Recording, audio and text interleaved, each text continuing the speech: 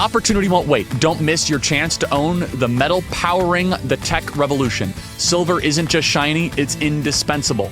It fuels clean energy, drives electric vehicles, and powers cutting-edge tech innovation. Here's the catch. Global demand is skyrocketing, but supplies are dwindling. Visit noblegoldinvestments.com to invest in the metal that's shaping tomorrow's breakthroughs. As a bonus, open a qualified account and receive 2 5-ounce Silver America the Beautiful coins absolutely free. Silver powers progress, and progress powers your profit. Go to noblegoldinvestments.com. I want to dive right into our analysis about the tragedy that happened over the Potomac. We have a very special guest here to help us understand what exactly happened. It's Amber Smith, former helicopter pilot, author of Unfit to Fight, How Woke Policies Are Destroying the Military, and former senior Pentagon official to break down the breaking news. Amber, thank you for joining the program. Thanks for having me. Amber, there's some recent news here, at least some new video footage that shows as if the helicopter was almost not pursuing, but accelerating into the airplane. What is the latest news here? And break it down for the audience of what your theory is what happened that evening. Sure. So I was an Army helicopter pilot for almost 8 years, well over 1,500 flight hours. And based off everything that I have seen in terms of the audio and the video, including the one you just mentioned that just came out, is that the Army helicopter aircrew most likely confirmed visual confirmation of the incorrect aircraft. So when Tower gave them the warning of traffic ahead, they were looking at the wrong plane, basically, and then likely never even saw the aircraft that they ended up flying into. And it's, an incredibly tragic and horrific situation.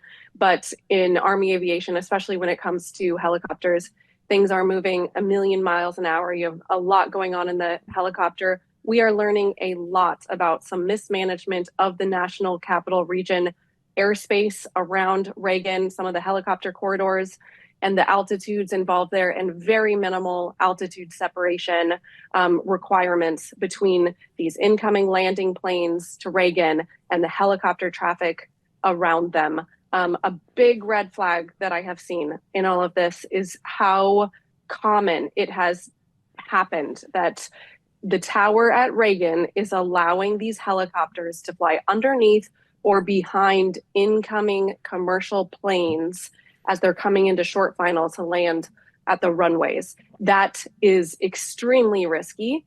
It is sets up unsafe conditions, as we've seen, because altitude deviations in a helicopter can happen in the blink of an eye, a wind gust. And what they have in terms of that separation right now is completely unsafe.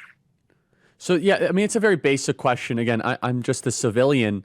Whose idea was it to have the Army do military exercises even remotely close to the airspace of Reagan? I mean, there's plenty of other places you could do Army training theoretically, right? I mean, it's a big country, a lot of rural areas, not near Reagan Airport.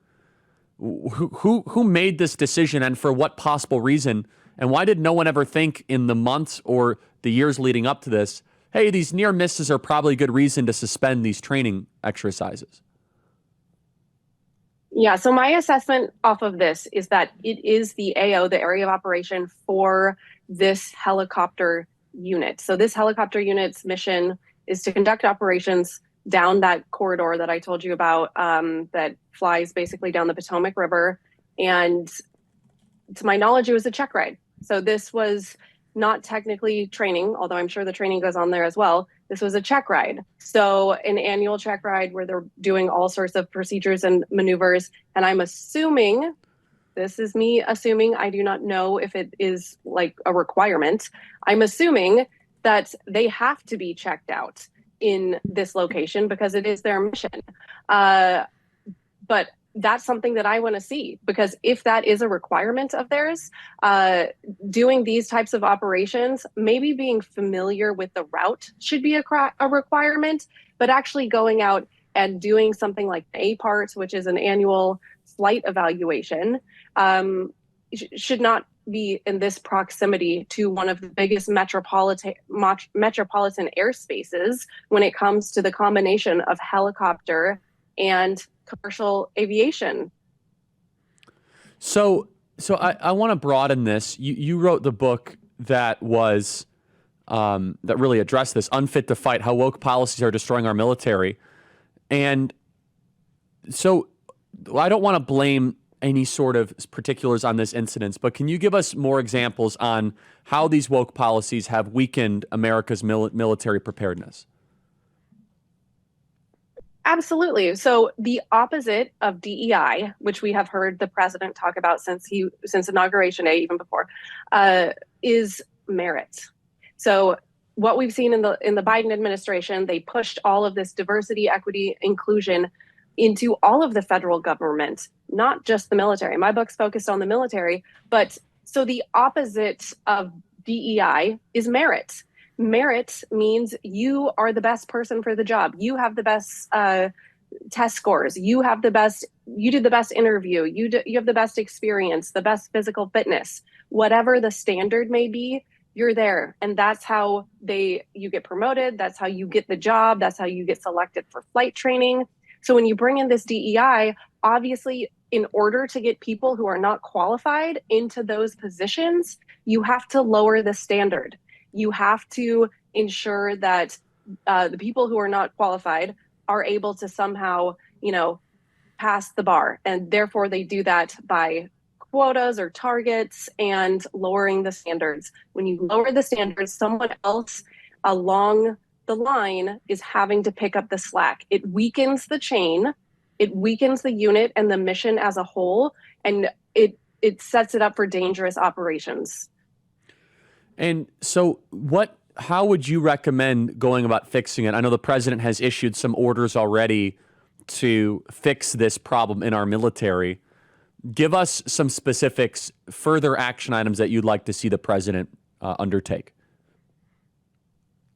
Yeah, so this is a big challenge, the Department of Defense, and this is not just a DoD issue. This is government-wide, where I'm sure they're going to be looking into the FAA and what's going on with ATC, the air traffic controllers, and see why they're undermanned and still allowing full aviation operations to proceed.